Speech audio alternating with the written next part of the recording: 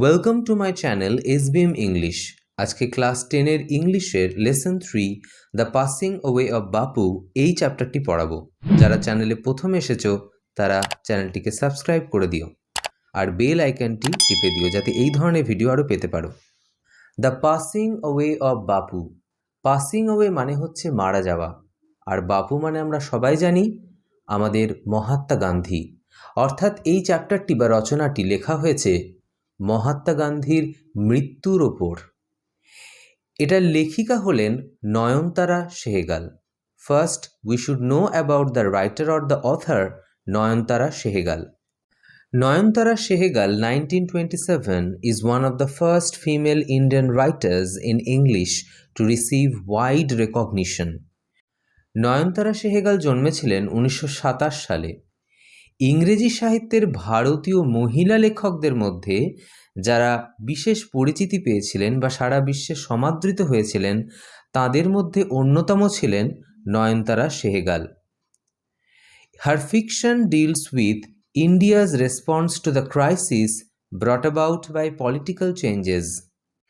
তার লেখাগুলি বা রচনাগুলি তৎকালীন ভারতবর্ষে যে রাজনৈতিক পালাবদল হয়েছিল, অর্থাৎ ভারতের স্বাধীনতা এবং তার পরবর্তীকালে গান্ধীজির মৃত্যু, এর ফলে সমগ্র ভারতে যে প্রতিক্রিয়া চলছিল এই বিভিন্ন সমস্যার ওপর, সেই প্রতিক্রিয়ার ওপর তিনি তার লেখাগুলো লিখেছিলেন। She won the Sahitya Academy Award in 1986 for her novel Rich Like Us. 1986 সালে সাহিত্য একাডেমি পুরস্কার তিনি জেতেন তার উপন্যাস রিচ লাইক আস-এর জন্য। The text and extract from Nayantara Sahgal's memoir Prison and Chocolate Cake recounts the incidents following the death of Gandhiji. Memoir মানে কি? মেমোয়ার মানে হলো কোনো ঘটনা বা ব্যক্তির ওপর স্মৃতিচারণ করে লেখা, তাহলে এটা হচ্ছে স্মৃতিচারণা। এই যে টেক্সটটি তার প্রিজন এবং চকলেট কেক বই ছিল, প্রিজন অ্যান্ড চকলেট কেক, এই মেমোয়ার থেকে নেওয়া হয়েছে। এটা একটা সারাংশ, এক্সট্র্যাক্ট অর্থাৎ সারাংশ। এই টেক্সটে স্মৃতিচারণা করা হয়েছে গান্ধীজির মৃত্যুর পরবর্তীকালের ঘটনাগুলির ওপর, অর্থাৎ গান্ধীজির মৃত্যুর সেই পরবর্তীকালে মৃত্যু এবং তার পরবর্তীকালে যে সমস্ত ঘটনা ঘটেছিল সেগুলোর ওপর স্মৃতিচারণা করা হয়েছে। It vividly describes not only the author's personal sense of loss but also the collective grief of the entire nation at the passing away of Mahatma Gandhi.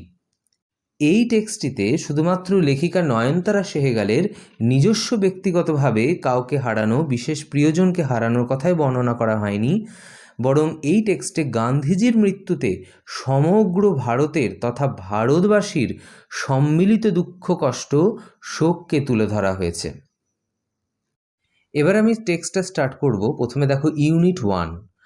I was having tea at home on the evening of 30th January 1948 when I was called to Birla House by an urgent telephone. 1948 সালের 30শে জানুয়ারি সন্ধ্যাবেলায় লেখিকা নয়নতারা সেহগাল বাড়িতে বসে চা পান করছিলেন। সেই সময় তাকে টেলিফোন করা হয় যে তাকে আর্জেন্টলি বিড়লা হাউসে উপস্থিত হতে হবে। Gandhiji had been shot on his way to a prayer meeting. গান্ধীজিকে গুলি করা হয়েছে যখন তিনি প্রার্থনা সভায় যাচ্ছিলেন সেই পথে। I was numb with shock as I got into the car. লেখিকা বা অথর বলছেন যে আই ওয়াজ নাম মানে হলো অসাড় হয়ে যাওয়া। এই আনএক্সপেক্টেড বা অপ্রত্যাশিত নিউজটি পাবার পর লেখিকা এতটাই শকড হয়ে গেছিলেন যে তিনি কিছু ফিল করছিলেন না। মানে যখন গাড়িতে উঠছিলাম, লেখিকা বলছেন যে যখন গাড়িতে উঠছিলাম শোকের দুঃখের আঘাতে আমি অসাড় বোধ করছিলাম। গান্ধীজিকে কেন কেউ গুলি করবে এই কথাটা ভেবে লেখিকা খুব শকড হয়ে গেছেন। At the Birla House, Gandhiji's relatives and followers had gathered round his body. লেখিকা নয়নতারা সেহগাল যখন বিড়লা হাউসে পৌঁছলেন তিনি দেখলেন যে গান্ধীজির রিলেটিভস অর্থাৎ আত্মীয় স্বজন এবং তার ভক্তরা গান্ধীজির শরীরের বা দেহের চারপাশে, মানে দেহের চারপাশে জড়ো হয়েছে। তাহলে বিড়লা হাউসে গান্ধীজির আত্মীয় স্বজন, ফলোয়ার্স মানে হচ্ছে অনুগামীরা, তার দেহ ঘিরে রেখেছিল। There was silence in the room as Gandhiji breathed his last. Gandhiji শেষ নিঃশ্বাস ত্যাগ করলে ঘরের মধ্যে নীরবতা নেমে এলো। এখানে গান্ধীজির দেহ যে রুমে আছে সেই রুমের ভেতরের পরিবেশের কথা বলা হয়েছে। তাহলে বলা হচ্ছে যে রুমটাতে নিস্তব্ধতা বিরাজ করছিল। Words of Bapuji's death had spread through Delhi like a flame fanned by wind. গান্ধীজির মৃত্যুর খবর বাতাস লাগা আগুনের শিখার মতো পুরো দিল্লিতে ছড়িয়ে পড়ল। তাহলে গান্ধীজির যে মৃত্যুর খবর এত তাড়াতাড়ি দিল্লিতে ছড়িয়ে পড়ল, সেটাকে কল্পনা করা হচ্ছে বা তুলনা করা হচ্ছে একটা আগুনের শিখার সাথে। কোনো একটা আগুনের শিখা যখন বাতাসের দ্বারা প্রচণ্ড স্পিডে যেরকম ছড়িয়ে যায়, ঠিক সেই রকমভাবে ততটা স্পিডে গান্ধীজির মৃত্যুর খবর পুরো দিল্লিতে ছড়িয়ে পড়ল। Sad groups of men and women had collected around Birla house. বিষণ্ণ দুঃখিত মানুষজন বিড়লা হাউসের চারদিকে জড়ো হতে শুরু করলো। Out of every window one could see a brown blur of faces. প্রতিটি জানলা দিয়ে বাদামি মুখগুলোর ঝাপসা ছবি দেখা যাচ্ছিল। তাহলে প্রতিটি জানলার বাইরে আবছা বাদামি মুখগুলোকে দেখা যাচ্ছিল, অর্থাৎ বিড়লা হাউসের মানে বাইরে সবাই জড়ো হয়েছিল। এখানে ব্রাউন কথা ইউজ করা হয়েছে, আমাদের স্কিন কালার হলো ব্রাউন, এই জন্যই কিন্তু এখানে ব্রাউন কথাটা ইউজ করা হয়েছে। আর ব্লার মানে হলো আবছা। They did not make a sound, there was an unnatural silence, it was as if time stood still for those few minutes. একটা অস্বাভাবিক নীরবতা নেমে এসেছিল, তারা কেউ কোনো শব্দ করছিল না। ওই কয়েকটা মুহূর্ত যেন মনে হচ্ছিল যেন টাইম থেমে গেছে, সময় যেন থেমে গেছে। বিড়লা হাউসের বাইরে দাঁড়িয়ে থাকা সবাই, সমস্ত মানুষজন শকড হয়ে গেছিল, আর এই শকে তারা সবাই নাম বা অসাড় হয়ে গেছিল। শোকে বিহ্বল মানুষজন কোনো কথা বলতে পারছিল না। The people were too stunned to speak in the beginning. শুরুতে লোকে এত আঘাত পেয়েছিল, এতটাই শকড হয়ে গেছিল যে কোনো কথাই বলতে পারছিল না। Later they clamoured wildly, shouting and crying. Clamoured means demanded loudly, মানে হলো কোলাহল করা। মানুষজন প্রথম দিকে এতটাই স্টান্ড বা স্তম্ভিত হয়ে গেছিল যে কথা বলার শক্তি হারিয়ে ফেলেছিল। তারপর কিছু সময় পর যখন সবাই বুঝতে পারল যে তাদের গান্ধীজি মারা গেছেন, তখন সবাই চিৎকার করতে শুরু করলো, কাঁদতে শুরু করলো। তারপরে তারা উন্মত্তের মতো কোলাহল করতে শুরু করলো। They jostled one another in a stampede to break into the house. বাড়ির ভেতর অর্থাৎ বিড়লা হাউসের ভেতর জোর করে ঢুকবে বলে তারা একে অপরকে ধাক্কাধাক্কি করে হুটোপুটি করতে শুরু করে দিল। স্ট্যাম্পিড মানে হচ্ছে হুড়োহুড়ি করা, আর jostled means forced one's way by pushing, ধাক্কাধাক্কি করা, ধাক্কাধাক্কি করে ভেতরে ঢোকার চেষ্টা করা। তাহলে ধাক্কাধাক্কি বা হুড়োহুড়ি করে বিড়লা হাউসে প্রবেশ করার জন্য চেষ্টা করতে লাগলো, যেখানে বাপুজির বা গান্ধীজির মৃতদেহ রাখা ছিল। They calmed a little when it was announced that they would be allowed to see Gandhiji before the funeral. যখন ঘোষণা করা হলো যে অন্ত্যেষ্টি বা শেষকৃত্যের আগে তাদের গান্ধীজিকে একবার দেখতে দেওয়া হবে, তখন তারা একটু শান্ত হলো। When one is faced with the shock of a loved one's death, one whimpers, "What will become of me now that he has left me?" যখন কেউ প্রিয়জনের মৃত্যুতে প্রচণ্ড আঘাত পায়, সে তখন কাতর স্বরে বলে, হুইম্পার মানে হচ্ছে মেক্স লো ক্রাইং নয়েজেস, কাঁদতে কাঁদতে বলে, কাতর স্বরে কি বলে, যে সে যে চলে গেল, এবার আমার কি হবে, এবারে আমার কি অবস্থা হবে।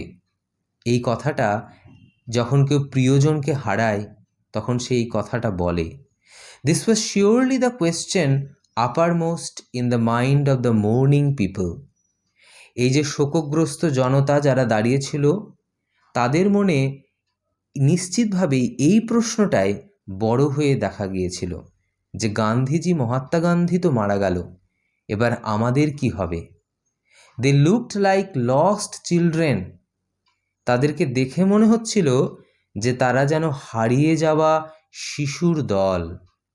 ইট was the question in many of our hearts as we sat still shocked and unbelieving. এটাই কিন্তু আমাদের কোয়েশ্চেন ছিল। আমরা যখন শোকস্তব্ধ হয়ে ঘটনাটা বিশ্বাস করতে পারছি না যে গান্ধীজি মারা গেছেন, তখন এই প্রশ্নটাই আমাদের অনেকের ভেতরে, অন্তরে জেগে উঠছিল যে গান্ধীজি মারা গেলেন, এবার আমরা কি করব? আমাদের কি হবে? আমাদেরকে কে দেখবে?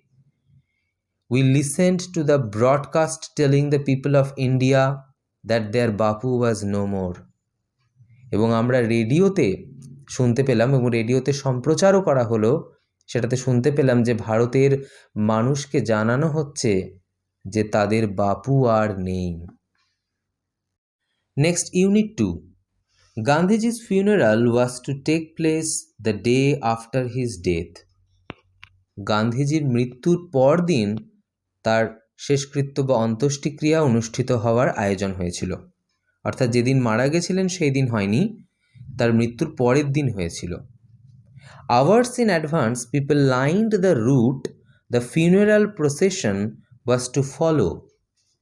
যে রাস্তা দিয়ে শেষকৃত্যের মিছিল যাবে সেখানে কয়েক ঘন্টা আগে থেকেই লোকে সব সারি দিয়ে দাঁড়িয়েছিল। প্রসেশন মানে হচ্ছে মিছিল বা শোভাযাত্রা, a number of people moving together. তাহলে সেই জায়গায় আগে থেকেই সমস্ত লোকেরা তার পাশে দাঁড়িয়েছিল। Padmashi, Mrs. Naidu's daughter, spoke for us all when she said simply, "We will walk. It is the last time we shall be walking with Bapu." Mrs নাইডুর মেয়ে পদ্মশ্রী আমাদের সকলের মনের কথাটা উচ্চারণ করলো যখন সে সরলভাবে এই কথাটা বলল যে আজ আমরা হাঁটব, এইটাই শেষবার আমরা বাপু অর্থাৎ মহাত্মা গান্ধীর সাথে হাঁটতে পারবো। It was an agonizing walk. Thousands silently watched the procession. এই হাঁটাটা ছিল প্রচণ্ড যন্ত্রণাদায়ক। Agonising means painful. হাজার হাজার মানুষ নিঃশব্দে মিছিলটা দেখছিল। প্রসেশন মানে হচ্ছে মিছিল, ঠিক আছে? Number of people moving together, একসাথে অনেক মানুষ যখন রাস্তা দিয়ে হেঁটে যায় তখন সেটাকে বলা হয় procession. Bapu lay on an open truck covered with flowers. ফুলে ঢাকা একটা খোলা ট্রাকের ওপর বাপুকে শুয়ে রাখা হয়েছিল। Thousands of people wept, trying to touch Bapu's feet. হাজার হাজার মানুষ কাঁদছিল, মহাত্মা গান্ধীর পা দুটো ছুঁতে চাইছিল। It was impossible to move in the thick crowd. এত ভিড় ছিল যে সেই ভিড়ের মধ্যে হাঁটাটা প্রায় অসম্ভব ছিল। As I moved forward slowly, I understood I was not merely in the midst of grieving people. ধীর পায়ে যখন এগিয়ে যাচ্ছিলাম তখন আমি বুঝতে পারলাম যে আমি শুধু শোকাহত জনতার মধ্যেই কেবল নেই। This was even more than the funeral procession of India's beloved leader. এই মিছিলটা ভারতের একজন প্রিয় নেতার শেষকৃত্যের মিছিলের থেকেও কিন্তু বড় কিছু ছিল। অর্থাৎ ভারতের একজন নেতা, প্রিয় নেতা, সে মারা গেছে, তার যে শেষকৃত্য তার থেকেও এটা বড় কিছু। I was among people for whom walking with Bapu had a special meaning. আমি সেই সমস্ত মানুষজনের মধ্যে ছিলাম যাদের কাছে বাপুর সঙ্গে হাঁটার একটা বিশেষ মিনিং বা অর্থ ছিল। অর্থাৎ সেই সমস্ত মানুষেরা, তারা যে এই যে মহাত্মা গান্ধীর সাথে লাস্ট হাঁটাটা হাঁটছে, তাদের কাছে কিন্তু এটার বিশাল গুরুত্ব। We had walked with Bapu over the rough and smooth of India's recent history. আমরা ভারতের সাম্প্রতিক ইতিহাসের যে উত্থান পতন অর্থাৎ খারাপ সময়ে এবং ভালো সময়ে এই সময়তে আমরা একসময় বাপুর সঙ্গে হেঁটেছি। এখানে লেখিকা বলছেন যে ভারতের তৎকালীন সময়ে খারাপ সময় এবং ভালো সময় উভয় সময়তেই কিন্তু তারা বাপুর সঙ্গে হেঁটেছেন। We could not now accept the fact that the man who had led us over many difficult paths was never going to walk with us again. যে মানুষটি খারাপ সময়ে, অনেক কঠিন সময়ে এবং দুর্গম পথে আমাদের নেতৃত্ব দিয়েছেন, তিনি আর কখনো আমাদের সঙ্গে হাঁটবেন না, এটা আমরা মেনে নিতে পারছিলাম না। অর্থাৎ লেখিকা মনে করছেন, স্মৃতিচারণা করছেন যে একসময় তারা গান্ধীজির সঙ্গে হেঁটেছেন, বিভিন্ন রাজনৈতিক কর্মকাণ্ডে যখন জড়িত ছিলেন, বিভিন্ন মিটিং মিছিল, এই সময় তারা একসাথে গান্ধীজির সাথে হেঁটেছেন। গান্ধীজি কী করতো? তাদের নেতৃত্ব দিত, সামনে এগিয়ে যেত এবং তার পেছন পেছন তার যে অনুগামীরা ছিল তারা তার পেছন পেছন সেই মিছিলে হাঁটতেন। তো সেই স্মৃতিচারণাটা করছেন যে এখন এইটা ভেবে তার কষ্ট হচ্ছে যে এই যে গান্ধীজি মারা গেল, এরপরে আর গান্ধীজি যে তাদের সাথে হাঁটবেন না, সেইটা ভেবেই তার মনে কষ্ট হচ্ছে। Bapu's slight figure had walked staff in hand over a large part of India. লাঠি হাতে বাপুর সেই ছোটোখাটো শরীরটা ভারতের একটা বিশাল অংশ হেঁটে বেরিয়েছে। এখানে স্টাফ বলতে সেই ওয়াকিং স্টিকের কথা বলা হয়েছে, অর্থাৎ গান্ধীজি যে লাঠিটার সাহায্যে হাঁটতেন, যে লাঠিটা নিয়ে হাঁটতেন, সেইটার কথা বলা হয়েছে। এবং লেখিকা বলছেন যে গান্ধীজির যে ছোটোখাটো চেহারা, সেই ছোটোখাটো চেহারা শরীরটা ভারতের একটা বিরাট অংশ শুধু হেঁটে বেরিয়েছে। গান্ধীজি খুব হাঁটতে ভালোবাসতেন। To walk is to make slow progress. হাঁটার অর্থ হলো ধীরে ধীরে অগ্রসর হওয়া। It is to think with clarity and closely look at all that is around you, from small insects to the horizon in the distance. এটার মানে হচ্ছে স্পষ্ট চিন্তা করা আর চারপাশের সব কিছুকে, এমনকি একটা ছোট একটা যদি পোকা সেটাও যদি থাকে সেটাকেও দেখতে পাওয়া এবং এই ছোট্ট পোকা থেকে দূরের যে দিগন্ত বা হোরাইজন রয়েছে সেটাকে দেখতে পাওয়া। অর্থাৎ এই যে হাঁটাটা, এটা মানেই হচ্ছে খুব স্বচ্ছ এবং স্পষ্ট চিন্তা করা এবং চারপাশের সমস্ত কিছু, সেটা একটা ছোট পতঙ্গ থেকে হোক, ছোট পোকা হোক, সেখান থেকে দূরের যে হোরাইজন বা দিগন্ত সেটাকে দেখতে পাওয়া। মোর over to walk was often the only way open to the average Indian. সর্বোপরি প্রায়ই দেখা যায় বেশিরভাগ ভারতীয়ের কাছে হাঁটাই একমাত্র পথ যা তাদের জন্য খোলা রয়েছে। অর্থাৎ স্বাধীনতার আগে ভারতের বেশিরভাগ মানুষই কিন্তু দরিদ্র ছিলেন, তো তাদের কাছে হাঁটাটাই একমাত্র অবলম্বন ছিল। যখনই বাইরে তারা কোনো জায়গায় যেতেন তখনই তারা কিন্তু হেঁটেই যেতেন, এমনকি দূরে কোথাও গেলেও তাদেরও কিন্তু তখনও কিন্তু হেঁটেই যেতে হতো। তো এখানে এই জন্যই কথাটা বলা হয়েছে যে মানে সাধারণ ভারতীয়দের কাছে হাঁটাটাই ছিল একমাত্র পথ। It required no vehicle except his own body and cost him nothing but his energy. এই যে হাঁটার জন্য তার নিজের শরীর ছাড়া আর কোনো যানবাহনের প্রয়োজন হতো না, আর এর জন্য নিজের শক্তি ছাড়া, এনার্জি ছাড়া আর কোনো কিছু কিন্তু খরচ নেই। Gandhiji took this necessity as he took much that was commonplace and transformed it into a joyful effort. Commonplace means ordinary, অর্থাৎ সাধারণ।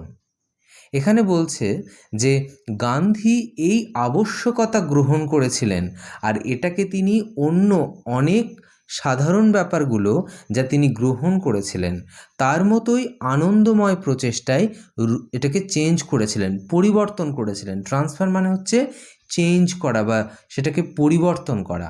অর্থাৎ গান্ধীজি এই হাঁটাটাকে, এটা কিন্তু একটা আনন্দময় মানে জয়ফুল এফার্ট, অর্থাৎ এমন একটা জিনিসে পরিবর্তন করেছিলেন যেটা করে মানুষ আনন্দ পাবে, মানুষের মনে আনন্দের সঞ্চার ঘটবে। হাঁটাটা কিন্তু খুব সাধারণ ব্যাপার, এর জন্য কিন্তু কোনো টাকা পয়সা খরচ লাগে না, এর জন্য নিজের শরীরের শুধু কি লাগে, এনার্জি তো লাগে, অর্থাৎ শক্তিটা লাগে এবং নিজের শরীরটা লাগে, আর তাছাড়া কিন্তু কোনো খরচ হয় না। কিন্তু গান্ধীজির ক্ষমতা ছিল এই সাধারণ ব্যাপারগুলো, সাধারণ জিনিসগুলোকে এমনভাবে ট্রান্সফর্ম করা যাতে সেগুলো আনন্দের সঞ্চার করে। এই গান্ধীজি কিন্তু এই হাঁটাটাকেই কিন্তু তার প্রোটেস্ট বা প্রতিবাদের একটা অংশ হিসেবে তুলে ধরেছিলেন। বিশেষ করে তার বিখ্যাত ছিল ডান্ডি অভিযান। তিনি কিন্তু এই হাঁটার মধ্য দিয়ে কিন্তু প্রতিবাদ জানিয়েছিলেন। এই অভিযান বা মিছিলগুলোতে গান্ধীজির পেছনে হেঁটেছিল হাজার হাজার লক্ষ লক্ষ মানুষ, এবং এই যে মিছিলগুলোতে তিনি কিন্তু কোনো ভায়োলেন্স বা কোনো হিংসা, মারপিট এইগুলোর কিন্তু তিনি ইউজ করেননি, তিনি এগুলো পছন্দ করতেন না। তিনি শুধুমাত্র সাধারণ হেঁটে গেছেন এবং এই হাঁটার মধ্য দিয়েই তিনি তার প্রতিবাদ জানিয়েছিলেন। নেক্সট হচ্ছে ইউনিট 3।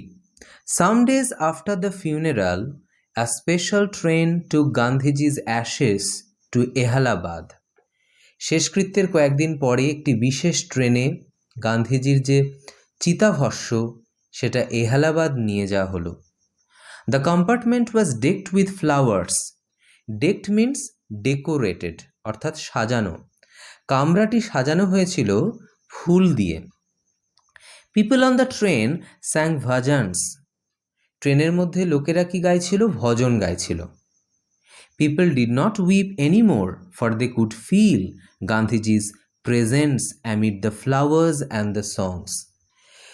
ট্রেনের মধ্যে লোকেরা কিন্তু আর কান্নাকাটি করছিল না, কারণ তারা গান আর এই ফুলগুলোর মধ্যে গান্ধীজির উপস্থিতি অনুভব করতে পারছিল। তারা ফিল করতে পারছিল যে গান্ধীজি এখনও তাদের মধ্যে রয়েছেন। At every station, sorrowful crowds filled the platform. প্রতিটা স্টেশনে দুঃখিত শোকার্ত জনতার ভিড়ে প্ল্যাটফর্মগুলো একেবারে পরিপূর্ণ হয়ে উঠেছিল, ভরে উঠেছিল। Amid song and prayer, the train reached Allahabad. গান আর প্রার্থনার মধ্য দিয়ে ট্রেনটি এলাহাবাদ স্টেশনে পৌঁছালো। The ashes were immersed in the Ganges, where a huge crowd had gathered at the bank. চিতাভস্য গঙ্গায় কি হলো? ইমার্জ মানে হচ্ছে বিসর্জন করা হলো। সেখানে নদীর তীরে বিশাল জনতা ভিড় করেছিল। হিউজ ক্রাউড মানে বিশাল ভিড়, জনতা সেখানে গ্যাদার মানে হচ্ছে জড়ো হয়েছিল সেই নদীর তীরে। Afterwards we all went back to Delhi. এরপরে আমরা সকলে আবার দিল্লি ফিরে এলাম। Back in Delhi I felt at sea. এই যে আই ফেল্ট অ্যাট সি, এটা কিন্তু এক ধরনের প্রভাব বা প্রবাদ বাক্য। এটা মানে যে অকুল সমুদ্রে পড়া, মানে হচ্ছে যে যখন কেউ দিশাহীন হয়ে যায়, কনফিউজড হয়ে যায়, not knowing what to do, totally confused, অর্থাৎ বুঝতে পারে না কি করবে, সেই রকম পরিস্থিতিকে বলা হয় যে আমি যেন অকুল সমুদ্রে পড়ে গেছি। এখানে লেখিকা বলছেন যে তিনি যখন দিল্লি ফিরে গেলেন তিনি যেন অকুল সমুদ্রে পড়লেন, মানে তিনি দিশেহারা হয়ে গেলেন, টোটাল কনফিউজড হয়ে গেলেন, তিনি বুঝতে পারছিলেন না এবার তিনি কি করবেন। I had not directly walked with Gandhiji, gone to prison at his call, or made any sacrifice for my country. আমি কখনো সরাসরি গান্ধীজির সঙ্গে হাঁটিনি বা তাঁর ডাকে সাড়া দিয়ে কখনো প্রিজন অর্থাৎ জেলে যাইনি বা কারাগারে যাইনি, বা আমার দেশের জন্য কোনো স্যাক্রিফাইস বা আত্মত্যাগও করিনি। My sisters and I and other young people like me had been merely onlookers. আমার বোনেরা, আমি এবং আমার মতো যারা কম বয়সী তারা কেবলমাত্র অনলুকার্স অর্থাৎ দর্শক ছিলাম, মানে আমরা শুধুমাত্র দেখেছিলাম, আমরা কিন্তু ওইগুলোতে পার্টিসিপেট করিনি, আমরা কিন্তু সেইগুলোতে জয়েন করিনি। গান্ধীজির যে হাঁটা, বিভিন্ন অভিযান, তারপরে প্রিজনে যখন বা কারাগারে যখন পাঠানো হয়েছিল তখন গান্ধীজির ডাকে সাড়া দিয়ে সেই কারাগারে যাওয়া, এইগুলো কিন্তু কম বয়সী যারা তারা কিন্তু করেনি। তারা ছিল কি মিয়ারলি অনলুকার্স, শুধুমাত্র দর্শক। But still I felt at sea, কিন্তু তবুও আমি কুলহীন বা দিশাহীন বোধ করছিলাম, টোটাল কনফিউজড হয়ে গেছিলাম। আমি বুঝতে পারছিলাম না, পুরো যেন হতবুদ্ধি হয়ে গেছিলাম। I felt I had grown up within a magic circle. লেখিকা বলছেন যে আমার যেন মনে হচ্ছিল যে আমি এতদিন একটা ম্যাজিক সার্কেল, অর্থাৎ একটা ম্যাজিকের আশ্রয়ের মধ্যে যেন ছিলাম। With Bapu's passing away I felt the magic circle had vanished, living me unprotected. বাপুর চলে যাওয়ার পর, অর্থাৎ মহাত্মা গান্ধীর মৃত্যুর পর মনে হচ্ছিল আমি যেন আনপ্রোটেক্টেড, অর্থাৎ অসুরক্ষিত হয়ে গেছি। সেই জাদু বলয় বা সেই ম্যাজিক যে সার্কেল যেটা আমাকে ঘিরে ধরেছিল, এতদিন প্রোটেক্ট করেছিল, আমাকে রক্ষা করছিল, সেটা যেন এখন আর নেই। সেই ম্যাজিক সার্কেলটা যেন পুরো ভ্যানিশ হয়ে গেছে এবং আমি এখন ভালনারেবল, অর্থাৎ উইক হয়ে গেছি, দুর্বল হয়ে গেছি। Vulnerable means weak. যেন লেখিকা নিজেকে মনে করছেন প্রচণ্ড দুর্বল, মানসিক দিক থেকে এবং শারীরিক দিক থেকেও। With an effort I রাউজড myself.